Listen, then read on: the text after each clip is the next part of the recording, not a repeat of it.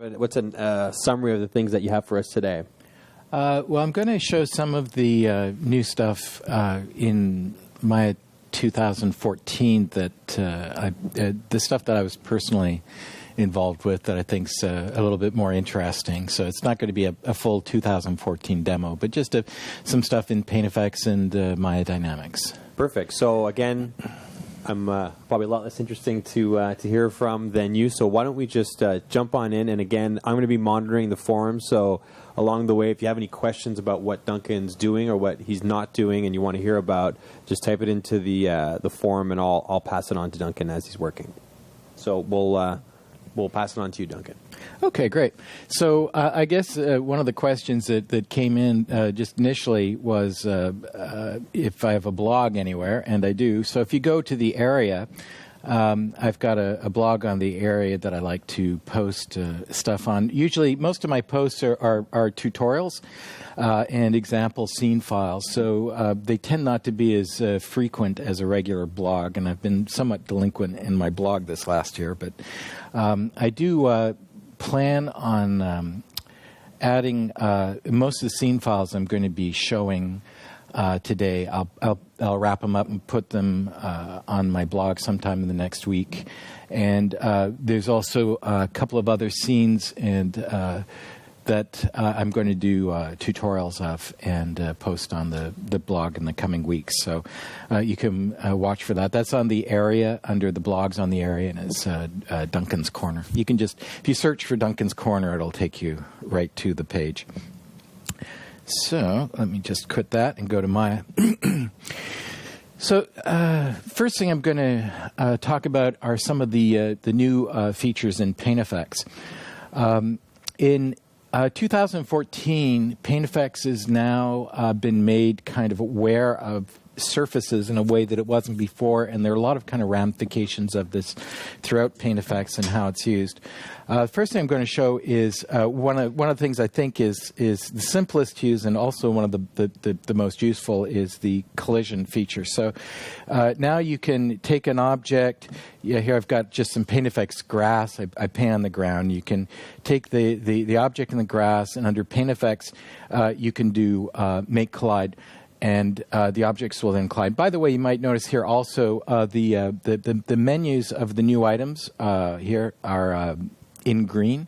That's another nice new feature in Maya, is that we highlight things that are new this release. In green, you can disable that if you don't like it. So now this has collisions on. I'll just go into the Move tool here, and I can take my object, and when I move it, the grass will just simply push out of the way.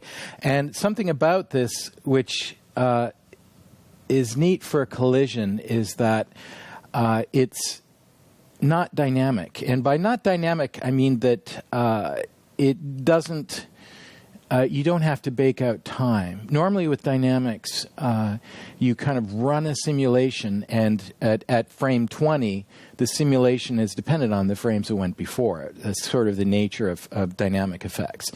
And so that usually means you've got to first set up your simulation, you run your simulation, you cache your simulation before you render it. So you have all the data made out. So this kind of collision is, in a sense, non-dynamic, and the reason it works is because with PaintFX, we're actually running an instantaneous simulation, and it's kind of how PaintFX works. So PaintFX is really like a particle system, and that particle generates traces as it moves, and it does it instantly instead of the particles moving over time. The particles move in an instant, and they generate shapes as part of their paths.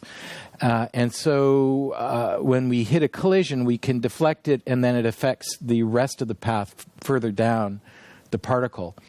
And the collision here, in order to provide curved surfaces here, the collision doesn't simply hit the surface and push off sideways.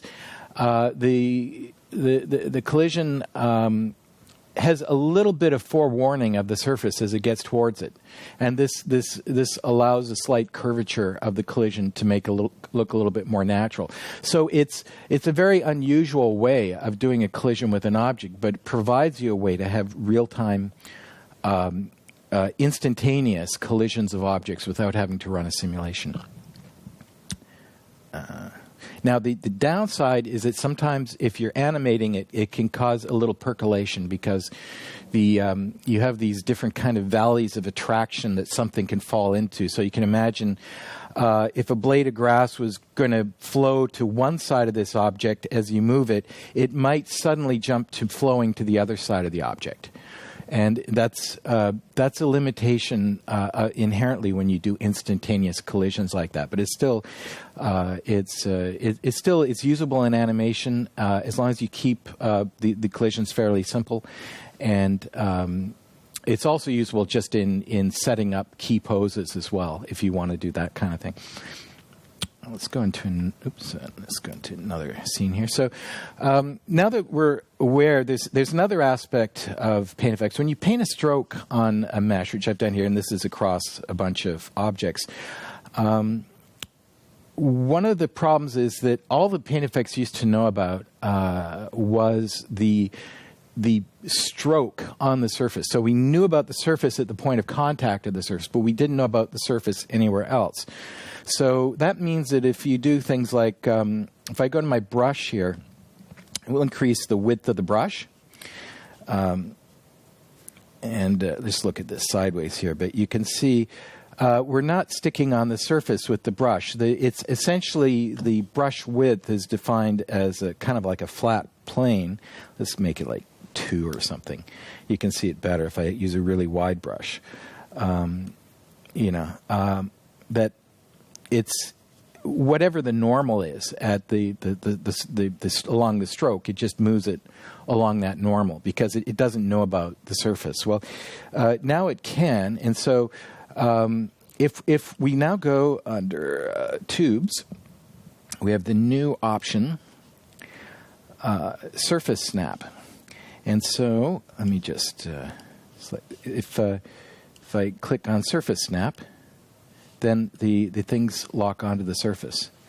And so that's you can have like now a bunch of trees on a train or something, and you could do it with one brush stroke, maybe even just a little short stroke, and cover a whole field with trees, and they'll all snap onto your surface.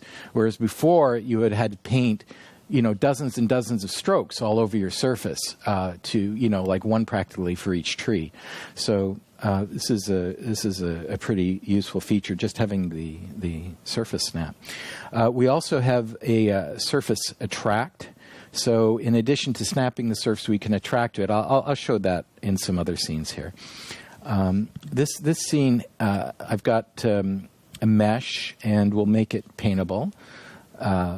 So now we're going to paint on that mesh, and I'll grab a vein brush here.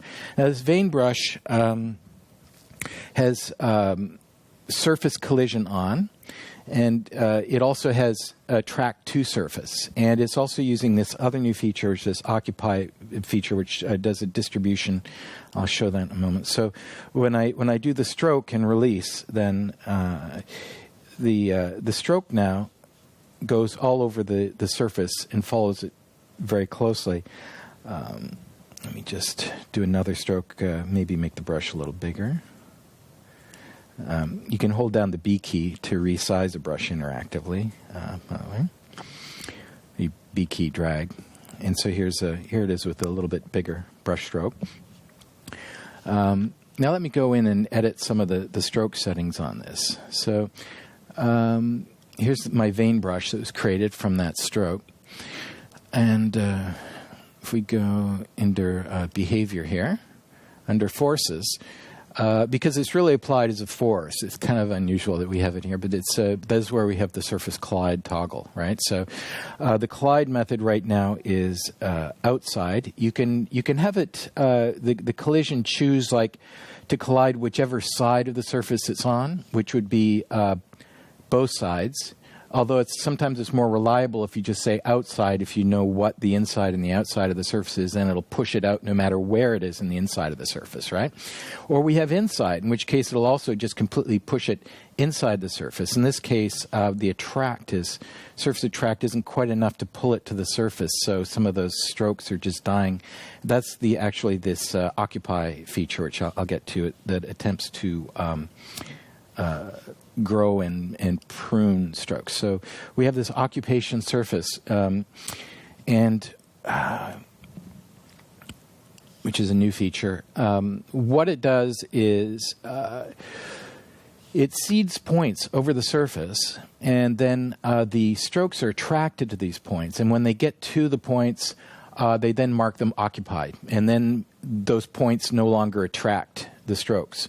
So it's kind of the first branch that gets to a region then occupies it the way a plant would grow in real life, because plants seek out light and space, and once they get to something, other things can't use that space. Hey, Duncan, there's just a couple of things. Can you give the specs of your machine? Oh, this is I got this is actually my home machine. I just got a new MacBook Pro Retina with maximum memory and stuff like that I could get for it. So it's all the good stuff. Yeah, it's I got it for doing music production, and so this is my first time actually using Maya on it, and I really like it. I must say it's I'm finding it's better than my work PC actually. So I'm pretty happy with it. Okay. Although, for fluid simulations, it wouldn't be as good because it doesn't have all the cores. So, I mean, the fluid, the threading works really nice on the fluid, so you'd want something heftier with a lot of cores. But at any rate, this is, I have to admit, when you get into like a lot of strokes and a lot of geometry, some of the collision stuff gets a little slow on this. The collision algorithm needs to be a little bit more optimized, and for hopefully in a future release we'll speed it up. I know exactly how to speed it up, but it's still quite usable now. So now I've got this on the inside, and we'll use the occupy attract. If I increase the occupy attract, it'll give us. It allows the shape to change more because the attraction to the points is higher. So when the attraction to the points is higher, the shape can is free to deform more from the base paint effects shape, whatever that may be. So you can get in the case of veins, they don't turn very fast. They tend to stay smooth and straight. So you don't want the occupy attraction too high. We have things like the radius scale and stuff. I'll go into these attributes in a little bit. And then the surface sample density determines like the number of points that we spread out on the surface. And then the branch termination here, which gets rid of when a branch can't grow into any space that's not occupied locally. When it's no longer within attraction distance, then the branch will die if you have the branch termination in, which is quite useful. And so it keeps the density and overall spread of stuff fairly consistent. So we could now go in and say under creation on this. Let's see.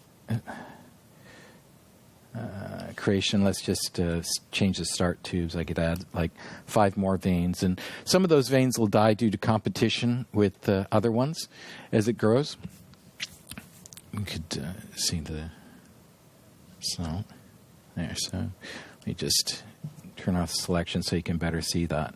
So now we have kind of veins trying to grow all through this, and of course I can still go back and I can paint more veins on this. Let's just make the brush a little smaller there. I'll just add some more strokes. Now, admittedly, it doesn't, as you're painting, you don't see the stroke come on the surface. You have to release because it doesn't know about the surface until you let go of the mouse for the attraction feature. So, but you can kind of set the direction as you paint. And it's nice. You can do things like paint vines growing up the side of a building and lots of stuff like that.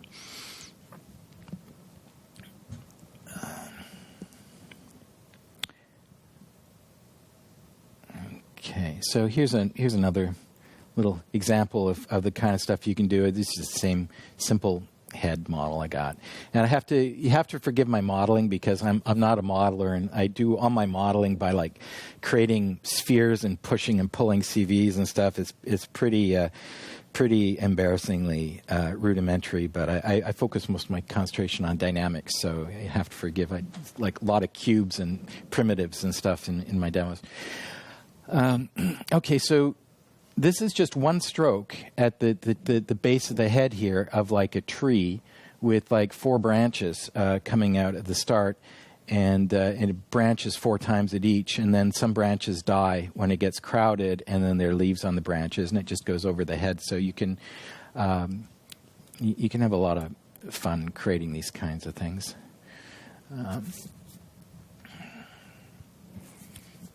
Okay. You got an offer of someone offering their unborn child if you'll teach them the way of dynamics. Unborn child. Unborn child. Is it boy or girl? Yeah, we don't know. It's unborn. Yeah. Okay. Okay, so here's another example. I showed some of the people here. This is using the surface. I've got right now I don't have anything. It's just a stroke and an object. But I can select the object and a stroke, and we go under Paint Effects, do Make Collide. And because this stroke already has like the surface attract features and stuff on it, so it's got surface attract, and it's also using the Occupy surface to spread it out on the surface. The stroke kind of automatically follows it, and I can move the surface, or actually I still have the stroke selected. Let me just select the surface only. I can move the surface.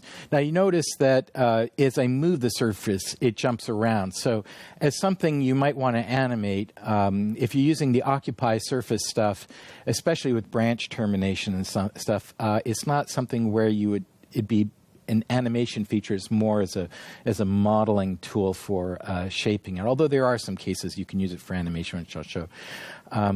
But because as you move it, as a branch moves into something, then the set of possibilities as this is growing dramatically changes as to where the branches can grow. And so I could take these vertices and just move them down. The thing will adjust to the new shape. And,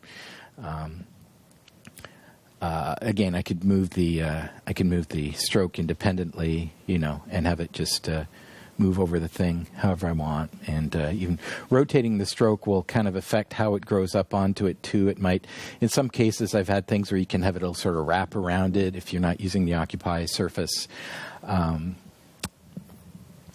So a way of visualizing this is with the Occupy surface, this thing it doesn't show the points, unfortunately. At some point I might draw in a debug mode where you can see the points it sets up, but there's like a randomized set of points that are distributed on the surface.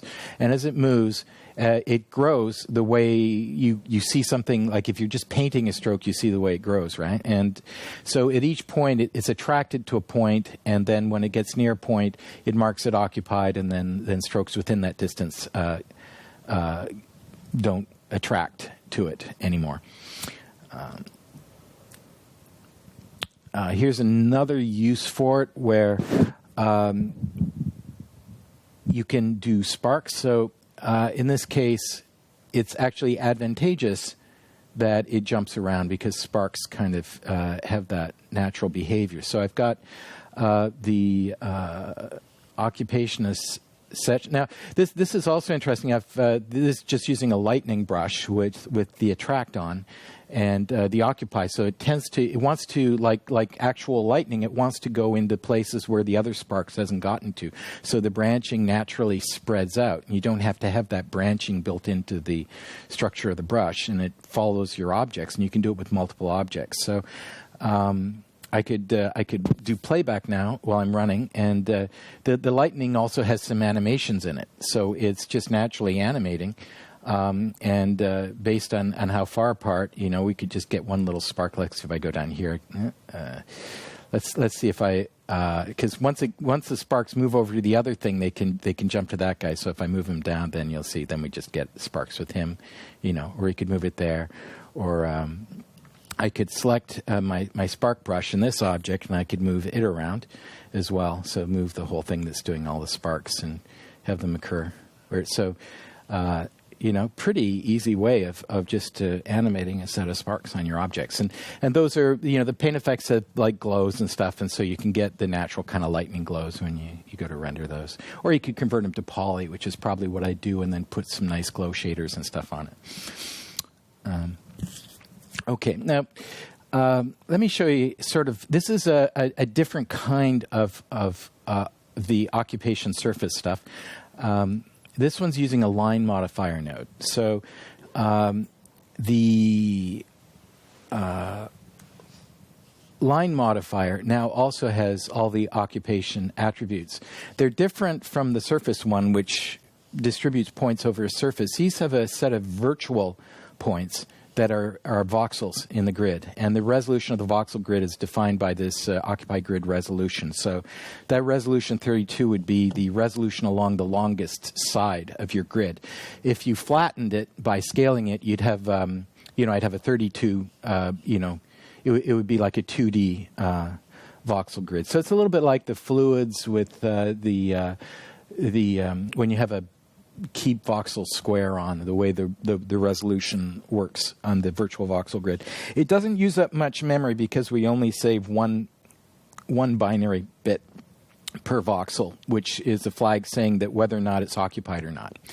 And there's a randomized virtual position within the voxel too, so it's not too regular looking. Now what happens is if we don't have any occupation attraction in this, so this is without any effect, right? And you can see what happens with the paint effects is the strokes don't know about each other. They just kind of grow through each other. And in real life, plants as they're growing would not self-intersect in that way. And it's not quite the same as collisions, right? Because when things start to grow together, they'll just simply stop growing into an area because it can't grow anymore in that region. And the other thing is that they attract to a general area of space that doesn't have any occupation in it. And that's different from say, colliding and bouncing off something. So it's not like a collision algorithm. Now, as we increase the attraction, this is initially when the attraction is low. You can see we don't have it. A lot dies away because I've got the branch termination in. If we turn that off, we just get everything, right? But if I turn that off, now it terminates where it's finding neighbors are occupied. As I increase the attraction, the force of attraction on the points allows this to deform more. So you can see now it might be a little bit unnatural for these flowers to take these shapes, right? And if I made it extreme, like 20 or something, then they'd become very very deformed and twisty, right? But they all survive now because they can all twist around to find a free bit of space. So none of them die as I make the attraction. And you can we've got attributes for the radius and offset. So there are two main things to control. One is the radius of attraction, and then the other is the radius of occupation. So the scale multiplies the paint effects radius, and then the occupy radius scale multiplies it, the attract radius scale. The offset is just a linear offset. It just adds on to that value. So if you made the scale 0 and the offset then 1, then it would ignore the paint effects radiuses and just use the fixed value, which is, so you can, I'll show you ways you can kind of control that. So let's see. Just like this. Let's move this guy. Duncan, there was a question online, which was just what happens when you have two or more geometries to collide? And I guess that was earlier when you were showing for paint effects. Did you just make them both? You just turn both of them on as collide, or? Yeah, you just select as many objects as you want, and your stroke, and say make collide. Okay. And what it does is it creates a connection between those objects and an input array on the paint effects. So it'll collide with all the objects you select. And it's actually good if you've got a lot of geometry to kind of break it up into multiple objects, because the collision algorithm isn't very smart right now. It doesn't internally, create a bounding hierarchy for each object and stuff. So, but it does use the bounding tree of that object. So, if you've got a lot of objects, it's better because it does a quick bounding reject on the thing. So, here's showing the effect on this brush now of the same kind of thing, right? So, you can get some really neat kinds of effects. You can really control the shaping with these objects too. So, I could scale this and maybe flatten it, rotate it. Now, this is dying, by the way, because of the attraction distance. So it dies when within the attraction distance it doesn't find any attractors. So if you make the attraction distance greater, then you can have things that are far outside the volume still survive. So you can kind of control all that. You can get some really interesting morphologies and shapes that weren't possible before with the normal pane effects algorithms, right? So here's let me go into the, this is the volume or the line modifier. And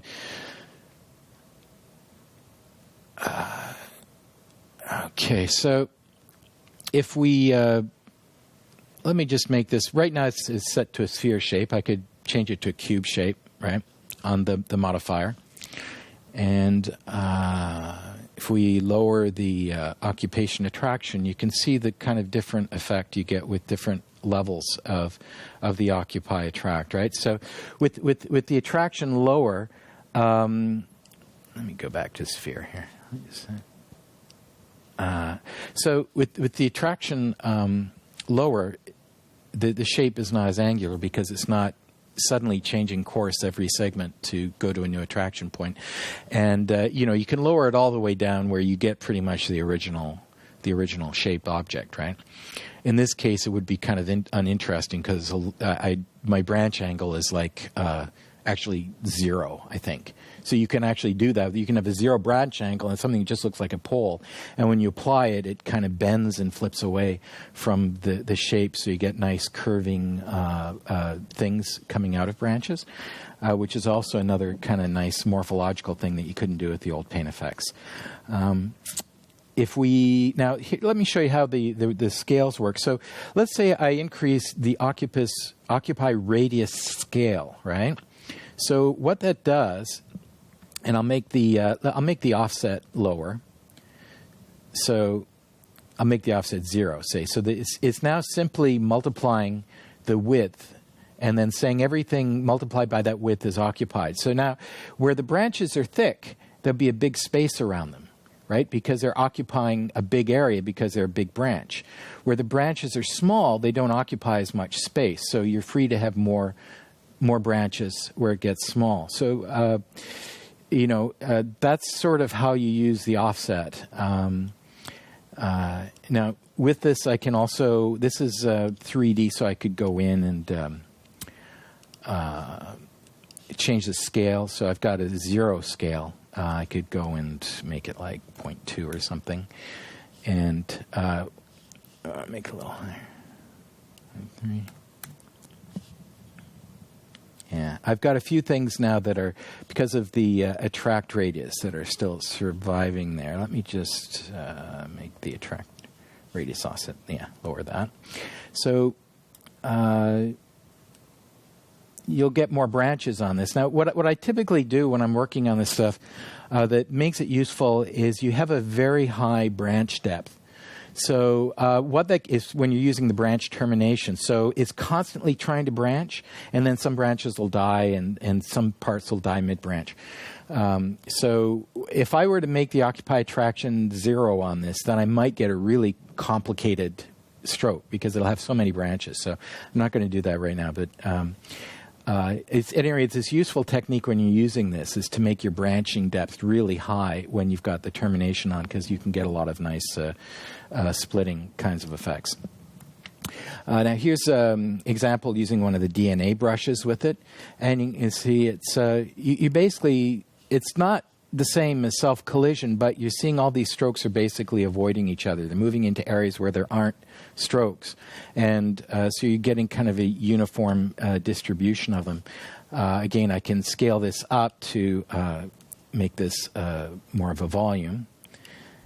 And the strokes will now move more in 3D to fill the space, and there'll be less depth because there's more freedom to move. So I'm actually getting more longer strokes in this, and they'll wind around within the shape to fill it evenly. And so there's a lot of interesting possibilities in terms of creating uniform structures that fill space.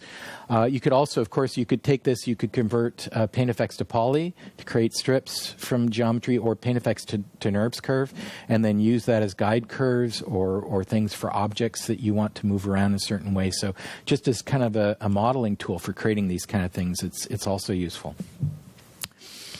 So just someone asked online, couple of things. I'll get to. There are a couple of questions I'll answer. But what was someone asked about this Super Smash Pro menu on your UI? Oh yeah, that was just a plugin I downloaded that does some Voronoi shatter, and so I was just trying it out. It's just I think a free plugin. Cool. And just one question that I'll answer while you're saying. So it's not an endorsement of it, but it works okay if you want to try it. But it's just yeah. It's all good. So, so there are people asking about XGen in Maya. So XGen is a technology that we licensed from Disney. XGen is not in Maya 2014. So that's all we can say about XGen today. If any of you want to know more information about it, just contact us and we can talk more about that. So you can get back to some of your demonstrations. Yeah. Okay. So this is another example, just using the coral brush in PaintFX. And then the thing about this, so now I've got some nicer shaping as a result of the, and I can kind of, if I want, I can kind of attract into it to pull these bits up off the ground a bit if I don't want them so close. And so I could show you this without. I won't bother. But without the attract, you don't get this nice distribution of the coral. That you kind of get some coral like intersecting other bits and clumping up in places. And so this provides a very nice kind of unclumped sort of distribution. And you can also kind of control the shaping and the clumping the way you want. Here's now this is another feature we added this. So on the line modifier, you can select a line modifier in a mesh and then do set modifier fill object.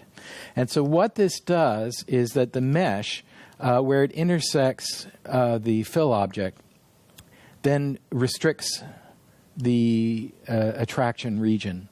So now the attraction points only exist inside the boundaries of the mesh. So we do like a fill of the points inside that. So it's sort of the intersection of these, the modifier object and your mesh become the attraction region. And so for something like a lung, you can imagine you've got like, the way the branches come up and go into the smaller areas and they want to fill a space.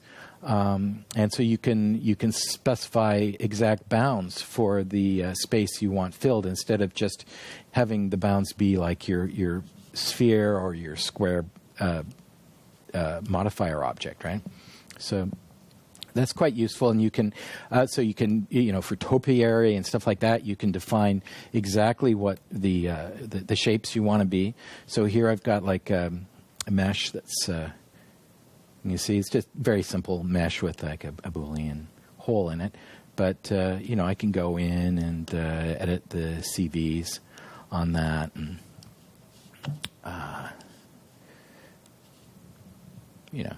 and it'll adjust to fit whatever shape I want to create, and do its best to kind of grow into the regions.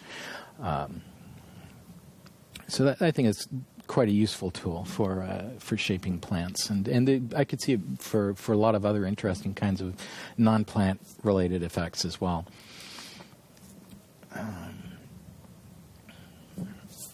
Here's that same tool.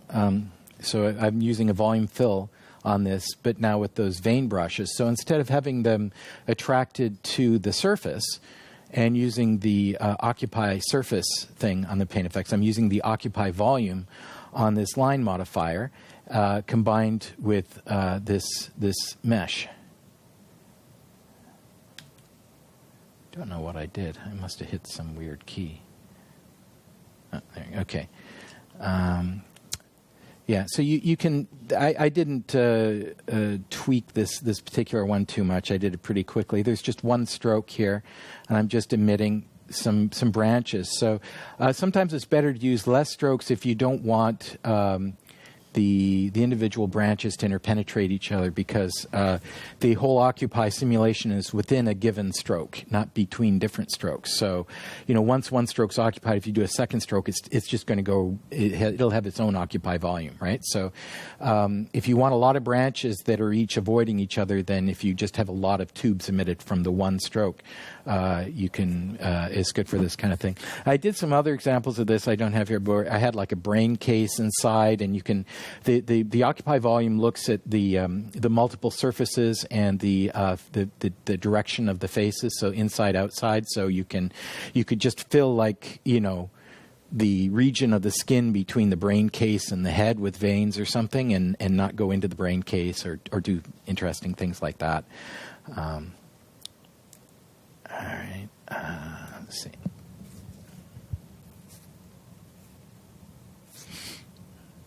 Okay, here's another example using. Let me just. So I've got some paint effects flowers and the little vase. Let me. I'll show some of the things you can do with collision. So I've got this is my stroke, and select the vase. Now, if I do make collide, now the flowers collide with the vase, and I can now go in and I could scale the vase,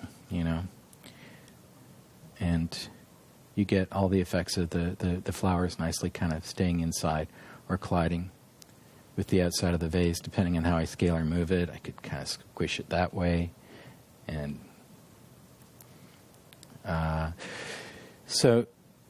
and then the other thing is where they come out. Let's say I go to my stroke here, and Duncan, there was just someone asking about growing. When you make that growing effect, how do you bake that animation to geometry? If you wanted to bake to get the animation.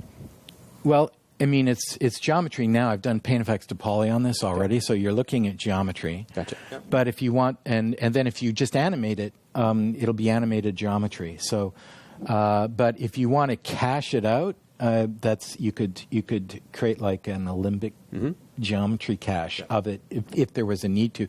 It's not a dynamic simulation though, so there's really no need to cache. I mean, you can just do all these animated effects, and when you've got paint effects to poly, you have the full construction history. In fact, most of the stuff I'm showing today is actually I convert the paint effects to poly just because it looks nicer for a demo, so rather than on the raw paint effects. So. I can do some of the viewport 2 shading, and you'll see I'm using like ambient occlusion and shadows and things like that. Okay, so I'll go to the tulip brush here now. We can increase, say, the start tubes to get some more flowers. And you see, a lot of the flowers are sort of intercolliding, and they're stomping on each other a little bit. So this is I was just doing collisions now. So I've got a line modifier node that I could then move in. Let me just so you can see a little better here.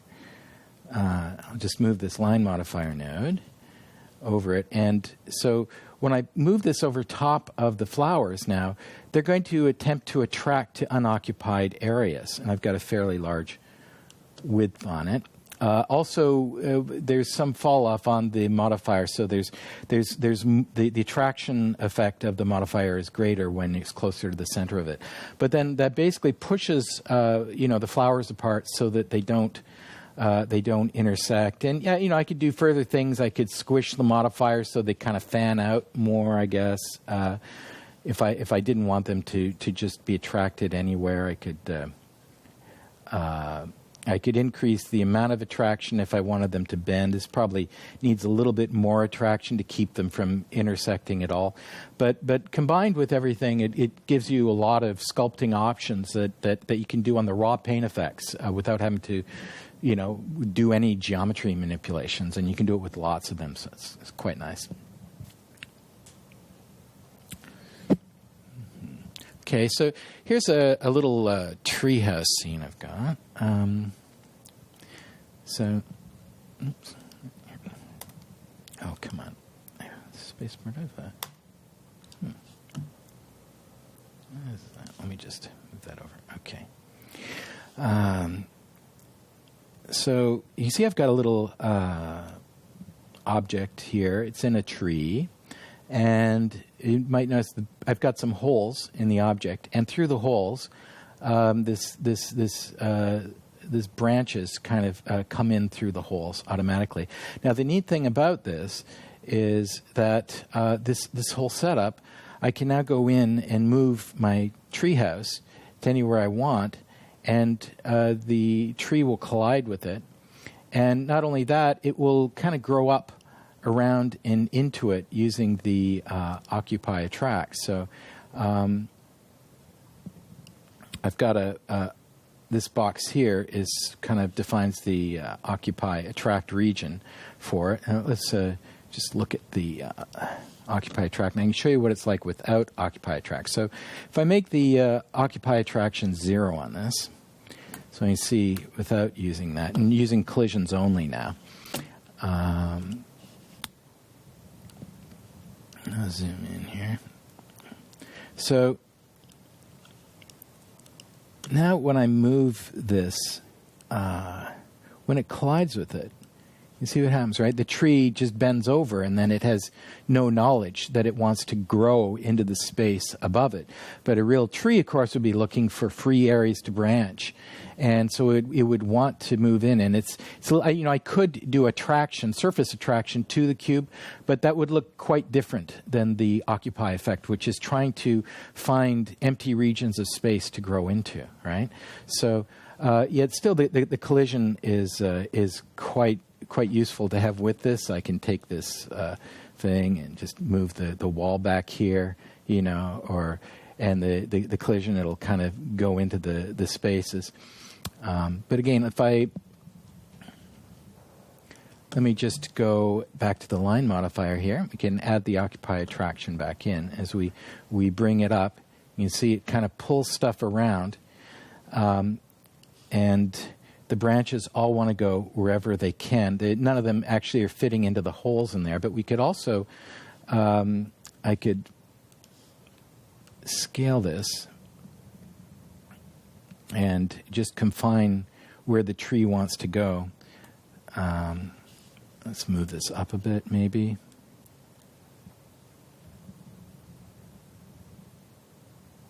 So basically, you could almost, the one way of thinking of it is that the Occupy Attract region is sort of like food, and it wants to grow towards where the food or the light is or whatever. And so you're saying everything inside this is yummy, so grow up into there. And meanwhile, it's respecting all the collisions with the cube. So if there's any holes or anything in it that it can get through, it'll go in only through those holes. And no need to do a dynamic simulation, which is pretty neat. With a tree, it's hard enough to try and do something like a dynamic simulation with collisions, right? Okay, now moving along to hair, we've added some performance improvements to NHair. They come largely. We can now handle much larger follicle counts than we could. There were some really nasty problems with the dependency graph evaluation of follicles in hair. And if you had like 10,000 hairs or stuff, you started really hitting dependency graph limitations. And it was a lot of DG or dependency graph dirty propagation and stuff. And when you have all these nodes. And so as well, if you had curve output, it was especially slow. And some of the things like constraint selection were really bad. So let me just... So, oh, come on. Did I select the wrong thing there? Let me go back. I'd stopped simulating, sorry. Let me try to... So I'll just, yeah. So you can move stuff around here and get, relatively decent. Now this is not just hair. This is fully self-colliding hair, right? So the self-collisions in nucleus are nice and robust. So you get like the layering, of the hair as it goes on top. These hairs kind of collide on top of the other ones, and they kind of all fall out. So that stuff is pretty nice. I see. I've got an animation. Let me just stop that, and I've got an animation just showing a few more hairs. This is now here. I don't have any clumping, so this is just.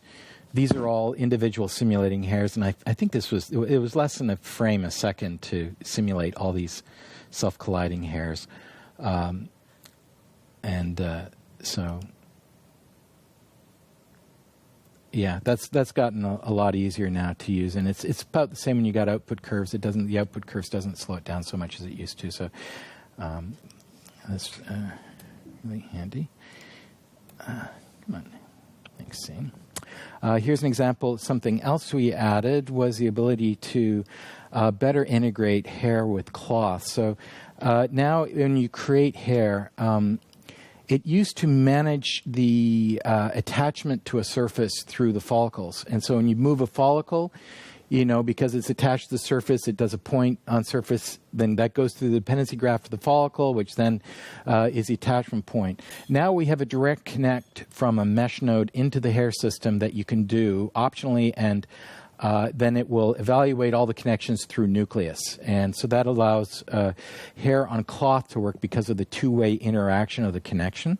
So now I've got a bunch of hair on this cloth node, and I can go and push it. And where I push the hair, the hair collides, and then the hair in turn also pushes the cloth simulation that is driving. So, among other things, it enables things like fur coats. But there are a lot of simulations where you might want ropes attached to end cloth or something like that it's also potentially useful for. Although we're not promoting the use of the creation of fur coats. No, well, this is artificial fur. Exactly. Okay, so, yeah. No animals were harmed in the production. Yeah, I expect maybe some programmers. Yeah, here's just a quick render of this kind of thing. So just kind of showing dropping a fur coat. Yeah. Oh, not very long. I use Paint Effects for the rendering, which is pretty fast. So if you use Paint Effects, a little tricky to set up right. You need to use for good shadowing is really important, and you need to use depth map shadows, and carefully set the bias and depth and the filter size and stuff on the and you pretty much want everything casting shadows on the hair so it doesn't get all glowy. So that's the critical thing. But then once you do that, the Paint Effects rendering is really nice and fast. I don't remember offhand how long it took, but it was just did it on my regular machine, on one machine, overnight render. It wasn't even that long. It's like an hour or something to render it, I think. Let's see. Next. Okay, and you can also do fun things like, so I here to do a little couche ball. If you know what couche balls are. I used some hair on cloth. So I've got a cloth sphere. I just stuck hair on it, and then I converted it to poly, to make it look like a couche ball. And also I added some stickiness on the hair, which is a fun attribute. So with the stickiness, you've got the thing, and you've got the hair and cloth, and I can, there you go. I can kind of play and knock the koosh ball around.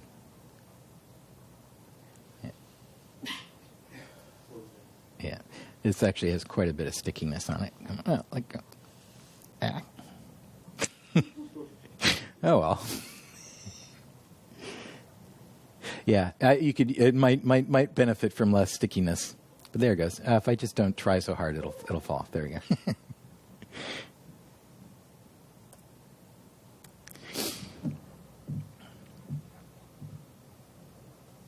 This is kind of fun. Okay, something I believe was added for this was the rest shape on the hairs wasn't updating for animated rest shapes properly before, and now it does. So you can animate the hair rest shape, and then you get then the bend attraction to that rest shape will work. And so in this case, I created some hairs that have a curve with a sine deformer on it. And the sine deformer has the sine animated on it, so you get a little wiggling curve. The curve with just a sine wave moving through it, and then that's what I use for the make curves dynamic in the hair system. And then I just attracted the rest shape, and I make sure I've got the rest shape animation, and then convert to poly. And so now I get a bunch of little wiggling snakes, and it also helps to have a little bit of drag on it too. With the anisotropic drag helps them move better as they wiggle. So now I've got a little simulation of snakes moving, and I can go in and interact with them,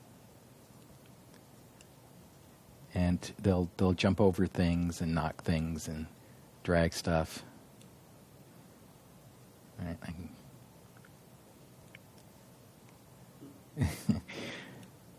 It's kind of fun if you can, if you get some stuck under a wall, it's sort of like, let's say if I lift this out, they're all kind of trying to escape. I can just crunch on those guys, and they'll kind of wiggle it. Yeah, I know, you could be kind of sadistic here.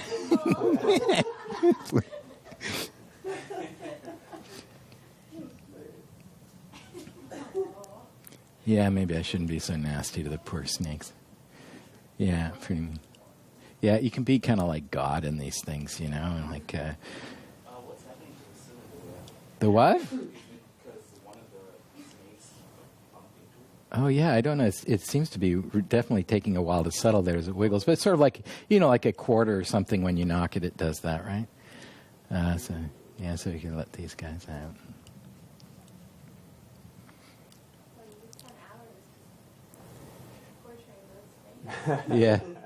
Yeah, I know. Yeah, all right. I guess I had to go on to something else. It's not. Again, no snakes were hurt in making that. All right, for all you snake lovers out there. Okay, this I already showed some of you, but I'll show it again. So this is the fluid emission stuff we put in. So just like with the Occupy Attract, we have like the volume where you can select a mesh for it. We did the same with the fluid emitter. So it actually uses the same kind of fill code that does a mesh fill, but then uses it for a fluid emitter, which is quite useful. And the other nice thing about this is that so with this, it does instant emission. I've got an auto-resize fluid, so at the start frame, it just immediately jumps instead of it being during the simulation. So you get immediate emission at the start frame with the auto-resize, and then it doesn't emit after that in this case. If you go to the fluid node here, and we can see the emitter node, I should say, you can see the new attributes, which is the fill object. So if you had like an emit from object before, it would emit from the surface with this toggle off. If you toggle this on, instead of emitting from the surface, it emits from the inside of the object.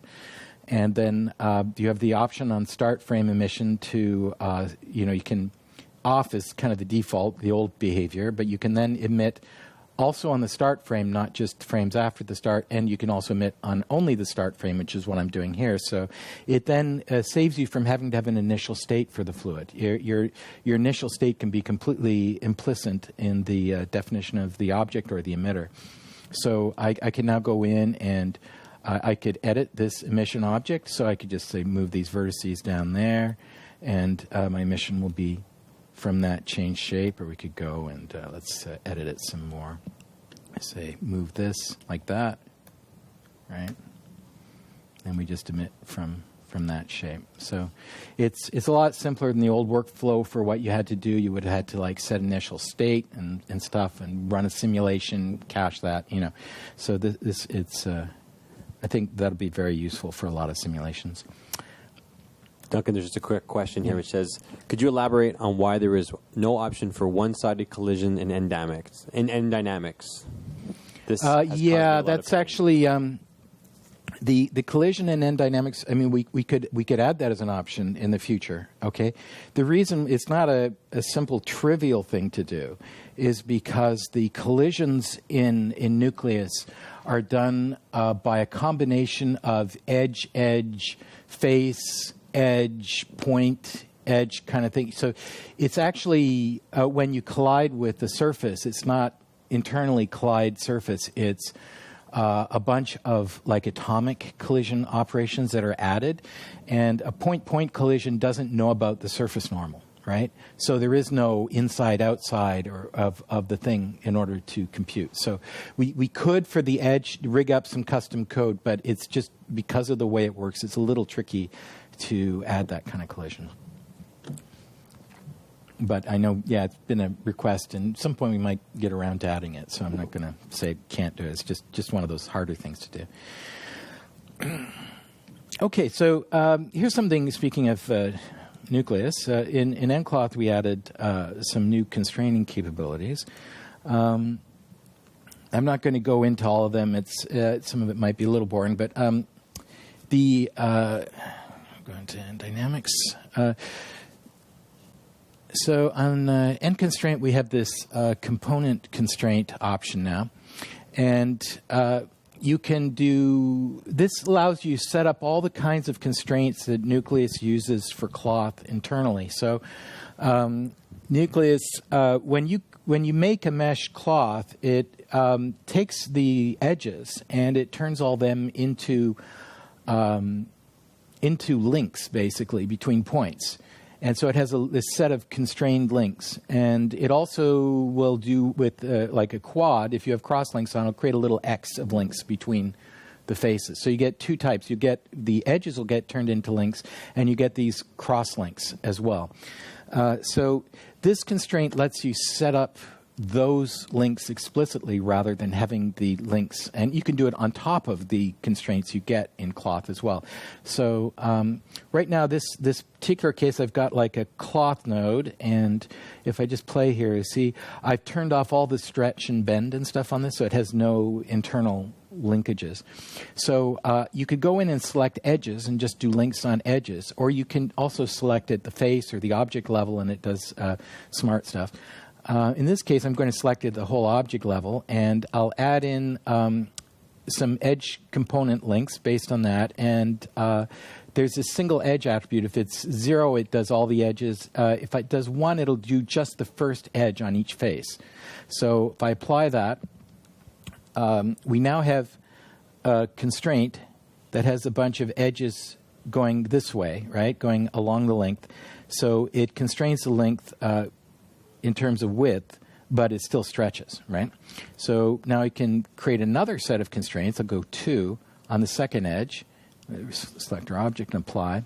And so now I've got a second set of constraints. Now it'll more or less behave like cloth. I haven't got any self-collisions on, so just ignore that. Now, let me bring up the attribute editor now for the constraint. Now, fun thing is now that because it's on the constraint node and it's explicit, you can do a lot of things. There's like the strength drop-off and all kinds of things you get on this you don't have on the regular links. And it's just as efficient to compute as the internal links on the cloth, right? Because it all boils down to the same thing as far as Nucleus knows. Now, we have wrestling scale here. So if I play with the wrestling, let me just play, and I can go in and change the wrestling scale. So as I lower it, it'll shrink in the one direction but not the other, right? So I could lengthen the sleeve or make it like, I could set it to 2, and it'll all lengthen out like that, right? Which is kind of fun. Or let me go to the other constraint I've got, which is the width constraint. Oops, let's just go back to the beginning here. Let me just stop. Pick the other constraint. Hang on. Oh, come on. My picking is not very good here. 3, I want 2. I'm just going to pick it this way. I'm so terrible with picking. I think it's this one. Okay. So this is the width constraint. Now when I run, I could again go in and adjust the wrestling scale just to shrink it onto the object. Or I could, if I wanted something like a skirt, I could make it like 2. And it'll wrinkle up and get pleats, but then the length doesn't change, right? So, and there's just a whole host of things you can use for this. You can not only create, this is a stretch constraint, you can create bend constraints, so you could select an edge or a bunch of edges and just stiffen those edges and just stiffen the bending along that edge if you want to get a sharp crease in a collar or something like that. So, basically, it's a creating constraints based on the topology of the mesh, which is quite useful, and we haven't had that ability before. Okay, oops, hit the wrong button. Where am I? Treehouse here, snake layer.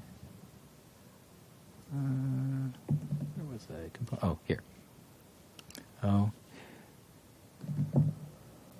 Okay.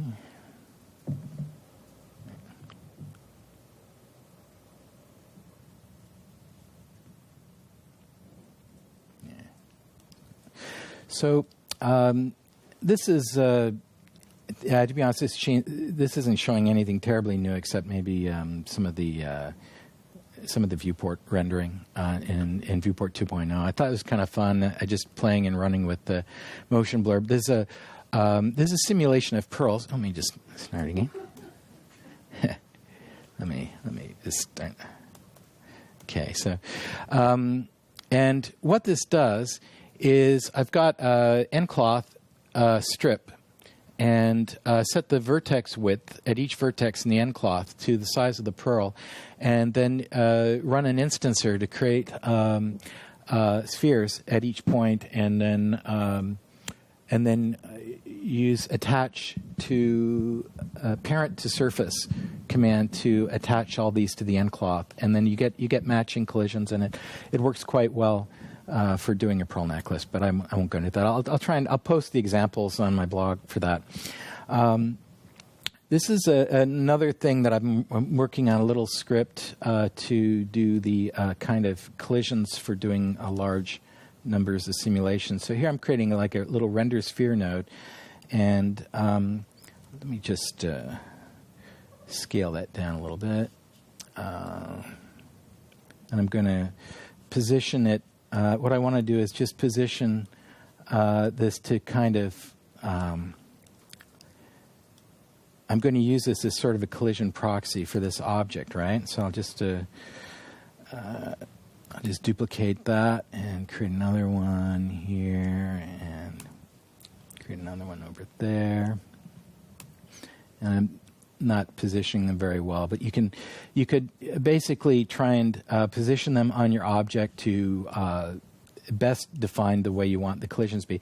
Then you select the object and run this the script, which then sets up particle emitter and stuff. Now the way it works, and I think, let's see how this goes here.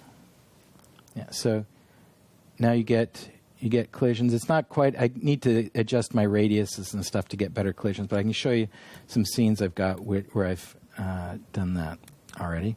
So here's a case just with using 2 particles to do like casings, and you can, you get nice speed rates on it, and you can just go forever on it, right?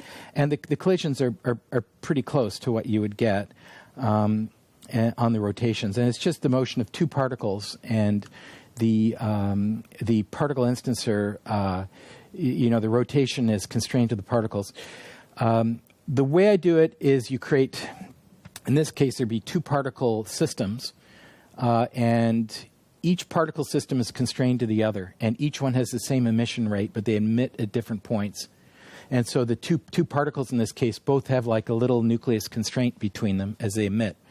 And then I use that direction to control the rotation direction for the emitter. So here's another example. This one just is kind of the same idea, but with a little bit more complex casing model and a lot of them simulating. And this is all simulating right now. It's not cached. Now I've got an animation of that I rendered out.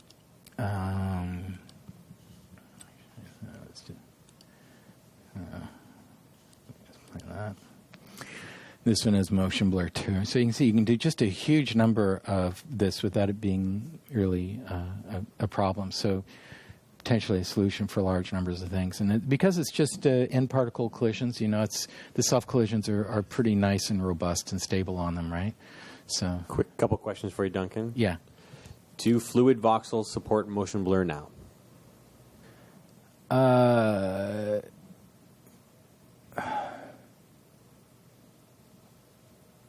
No, you can't. You can't do the voxel-based blur on it. Okay. Yep. And Sorry. second question is: can you apply component end constraint to selections of components?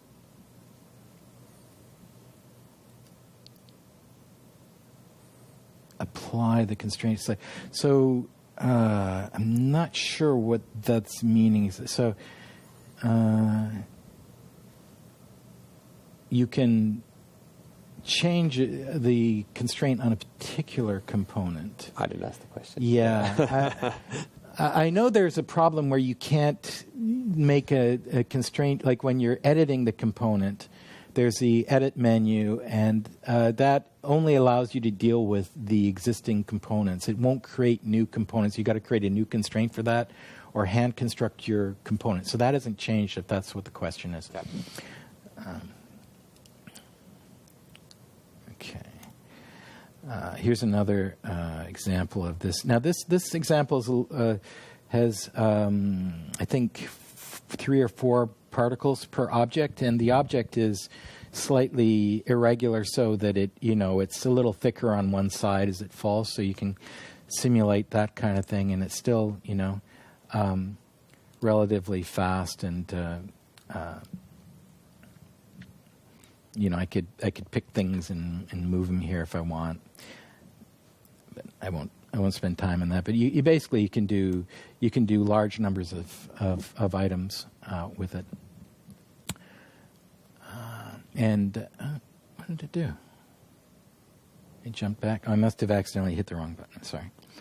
Let me go forward. There. Okay. So now here's this scene is just part of a complex dynamic scene. I'm going to post a tutorial on this particular scene on my blog in the coming weeks, so you can watch for it. This is an example of handling a brick wall, but I'm using end cloth and a little trick where I start with the plane and I detach the faces on a plane and make the plane's end cloth with thickness, and then extrude it downstream of that to get the bricks. So it's a technique where you're not actually simulating the bricks, but a simplified kind of end cloth representation, which means you can use a lot of them. Now the problem with that is if you just simulate, they'll all fall, because the thick plane doesn't have any notion of how to sit on top of another thick plane, right? So I use input attract, and one of the things we added with input attract this release is a locking ability, so that you can totally lock the input attract, and it's more optimal where it's locked. So you use a map on it, and here I guess I'll just run while I'm talking. So I've got an object here, and I can run the simulation and translate this object, and you kind of see. So as I move through the wall, now where I move through. I've got a field per vertex on this, and with the field I'm using an expression to set the input attract per vertex on the mesh, on the cloth. And so that allows the bricks to be freed, and then they collide with this collision object. So wherever it gets within distance of the field, it will free up the attract. and then things will fall. And the other nice thing here, though, is that with the input attract locking, it's not computing any self-collisions or anything on the rest of the bricks. It only computes the self-collisions on the bricks that are no longer locked. And that's also good if you want to re-simulate a cloth mesh or something. It means that you can take a cache cloth mesh, use that as an input attract for another cloth mesh, and then only, in the map, you could resimulate only a few of the parts of the cloth so that it's not as slow as it might be otherwise. So I could go in and just continue to demolish this wall here. Yeah. Yeah, destruction's fun, I gotta admit. Yeah, it is. Yeah, it's funny. I had this idea once that something that'd be a cool thing to have would be a room where you give a guy a baseball bat and you have like all these sprayers and stuff that do like freeze ice sheets in a room into stuff, and you just let them go in and totally smash up and destroy the room, to vent out their aggression. And I saw recently some, I think it might have been in China, somebody came up with a room like that, but it was like filled with old furniture and stuff and old computers, and they give you a baseball bat and you can go and smash everything for a fee. So somebody already came up with that. So now I did a render of this with a bit more stuff added. So I filled out this simulation a little bit more. Where is it? Okay, here it is. And I'll put it on loop and go full screen. Play that. Okay, so now here's showing a rendered simulation with the same thing. I've got like the bricks of the top fall because I've got a field that just swipes over during the simulation, starting back there, and again it just releases the bricks where it gets the field. There's a lot of stuff that I've got extra particles that are end particle with instancer on it and rotation, so it's using the rotation of instance particles. And those particles are constantly emitted from the bricks. But what I do is if the bricks aren't moving at the start, it kills the particles immediately. So you only get particles where the bricks get knocked out at the beginning. So that creates the secondary debris. And then the fluid node is added, and it's an auto-resize fluid. Initially, I just emit into a plane inside the wall, sort of like a plaster layer, very dense fluid. So it's just like a thick sheet of plaster that's very thick fluid. And then as it punches through, the bricks are used as a velocity emitter into the fluid node. So with replace velocity. With the replace option, that means where it's stationary, they don't, they kind of hold on to the fluid so it can't fall. The fluid has like an effect of gravity on it. It wants to fall. But because the bricks have the replace method and they're not moving, they lock the plaster in place so it can't fall. But then when the bricks start to move, they pull the plaster with it, and as they fall, they push it all, which creates all the motion of the plaster dust. So that's basically my presentation. So a couple questions. Does instancer particles have collisions? Yes, but it's not. Oh, there was one question earlier. Does it do collisions based on the mesh of the instanced object? And that they don't. So what it does now is the instancer, uses the particle collisions, and the particles can have rotations computed on the collisions that you plug into the instancer. So that's what I'm doing here. So the debris chunks I have are roughly spherical, and I have the rotation feature enabled on it, and then the rotation's plugged into the instancer. So they do kind of spherical collisions and spherical rotations as they hit objects.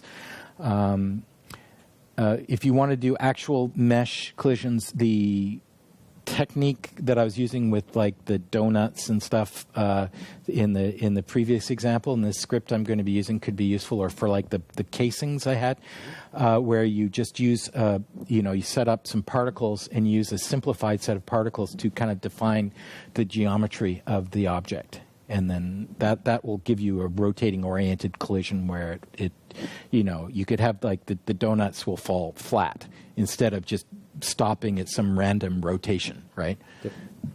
So I think we answered this, but again, it seems to come up like, again, will the fluid motion blur? Will the fluid motion blur? Yeah. So there's some tricks I've used for that. You can output motion vectors for 2D blur from a fluid if you convert to poly and then get the vectors from that. So you could kind of use the velocity as a rendering on the fluid to create a set of vectors that you then use for it. But the fluid itself doesn't have the motion blur. A lot of times it depends, like on the simulation. I suppose if it's moving really fast, you'll need it. But the fluid tends to be so low res and streaky, anyways, that with the motion in the fluid, you tend not to need it in a lot of simulations, I've found.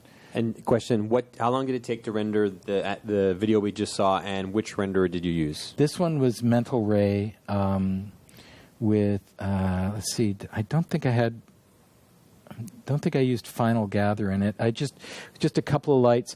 That it wasn't that long. I mean, it was an overnight render I did, so it might have taken on my machine. I don't know. The expensive part was the fluid render, right? If you take the fluid out, the whole scene probably render in 30 minutes or less, right?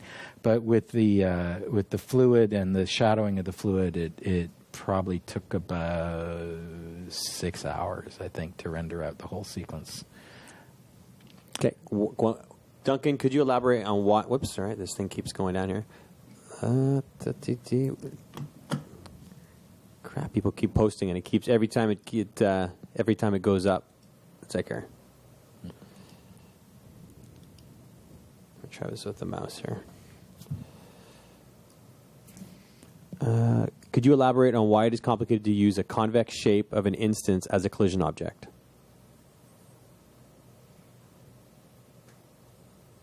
You mean a concave? I mean, usually with rigid body simulations, people like convex objects because of a convex Hall algorithm that simplifies the collision detection and resolution. So that's typically what most most rigid body colliders use to get speed. Cool. Okay. I think, again, there's a couple of questions that we can't answer. They're future stuff. But in general, everyone's pretty happy online with the presentation. How about people in the room? Anyone have any questions for Duncan about, how you can do this kind of stuff, where you would start? You guys are students. Any questions? Obviously, you guys would like to do some of this stuff, but... Thanks.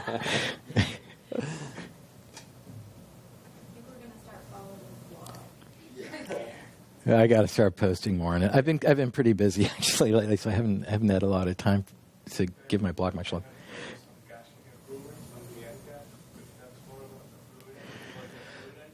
Oh gosh. Oh, Julia handled all that. What were the caching? Append. I think there was an append. Yeah, there's some bug fixes and stuff. I to be honest, I couldn't tell you what they were. I'd have to go over, and I'd probably get this release mixed up with the last one as the caching improvements. But Could you go over a little bit on how to animate those paint effects strokes? Like when you were doing them, could you be able to animate it growing over a face? yeah, you could. Okay, let's. And would you be able to animate going over the face, but the face is also moving? Yeah. Yep, I could do that.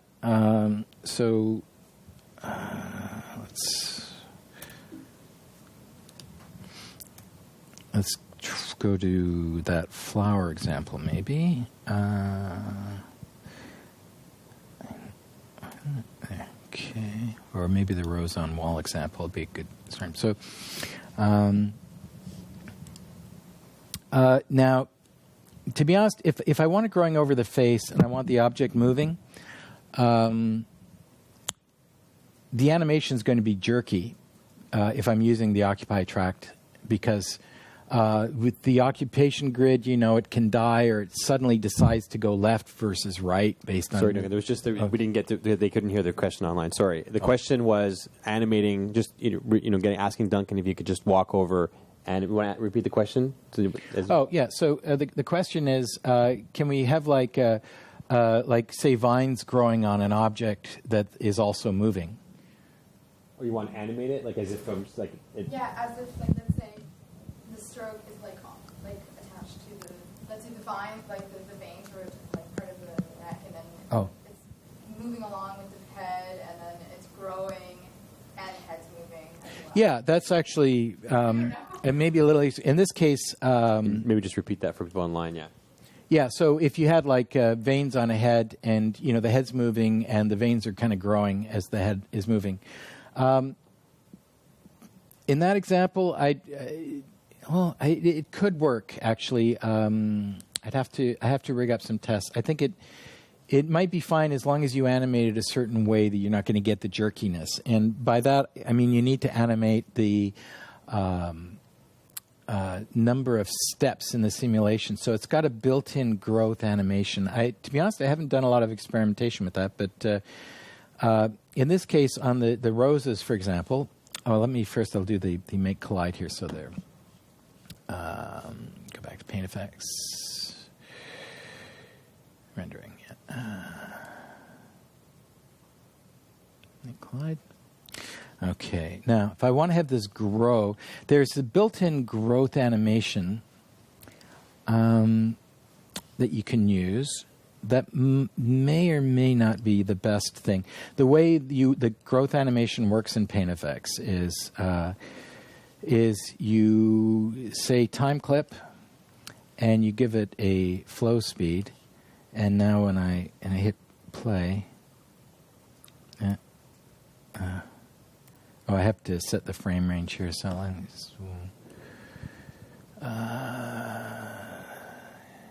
show the range slider. Set it to more than 24 frames. Okay, now I play. Yeah, you can see the problem with the attraction, right? It's doing the growth animation on it, but it's jumping around because of the algorithm. Now we could take off the occupy attract. And then you get a little bit more uniform. So this is just collision only and surface attraction, which might be a little less jerky during this anime. Yeah, so you can see there, you're getting it's less jerky because it's not using the occupy stuff. So that could potentially be used if you have the branching. Again, I think if you do the occupy, you're probably going to get into problems, but there might be ways of getting it to work. Like perhaps instead of using the growth animation, you turn off this and the flow speed, and then on the stroke node, maybe the max clip. The max clip. See, the way the max clip is, if you have enough segments on your thing, it's sort of like what happens when you paint a stroke. So it's like the steps in the stroke. It looks like we don't have quite, maybe increasing the sample density here. And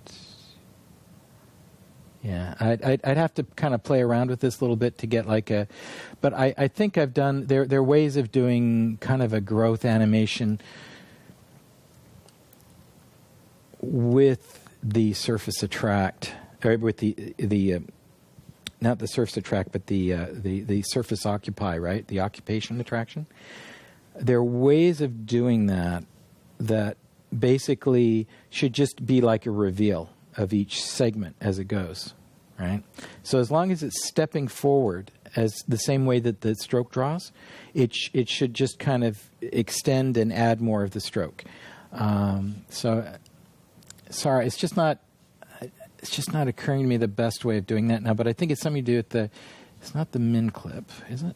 Well, now he's going to go back and try. Yeah, to something like min max clip. I'll have to think about it. There's a way of doing it. There's you might have to, like, as you change the max clip, you have to, like, also change the sample density or something. I can't. And then you'll there's a post it to way- your blog. Like you have to keyframe both together, and then it just uniformly grows out. It's sort of like just the way you paint on something. It's like trying to create the same animation. So. But again, that's the interesting thing. Yeah. You talk about how we come up with the features or how we do this kind of work. It's usually you get asked questions like that, or you get you go and someone has a shot that they're working on, it doesn't work, and they ask for specific stuff. We do visits to customers where they're doing specific shots and the features aren't working, and we go back and we fix them. So, Well, one of the things I'll say about like the vein stuff is the way I would tend to use it if it were, if I had an animation of a character would be to first do the simulation and then convert to poly, and maybe have that totally separate from Paint Effects and just have that as a mesh, and then start doing animations on that mesh, and deformers and things like that, so that you're not dealing with, recomputing the Paint Effects and jumping around. okay, so I want to thank everybody online for joining in. Unfortunately, we ran out of time. Again, fill out the survey if you guys like this. We'll do these kind of things again. For us, it was good to be able to talk to you guys online and have some people here in the audience. It's a lot better to do this with people standing in front of you than to stare at an empty camera. It's a little bit better. So thank you guys for coming in here. And again, for the people online, there's an event tonight where we will be going over all of the 2014 releases.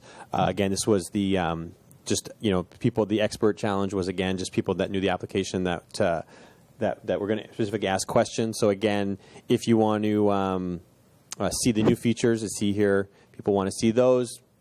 Log in at later on. You can see the schedule. I think it's at 6 p.m. is the event, and you guys can see that. And if not, go online, see the new videos. We're going to be posting more of those. And again, I think one of the things I want to comment on is online is people like not enough new features and things like that. We usually only market a few features. These demo artists get the software usually a couple weeks before, so what we post for the new videos are there. We'll be posting the documentation online. You can see more of the features. And again, as Duncan said earlier, sometimes we get features in last minute that aren't documented. So again, the releases are going to be out in a couple weeks. We think you guys are going to like them. So thanks for your time, and thank you for everyone coming in, and hopefully we'll see you soon.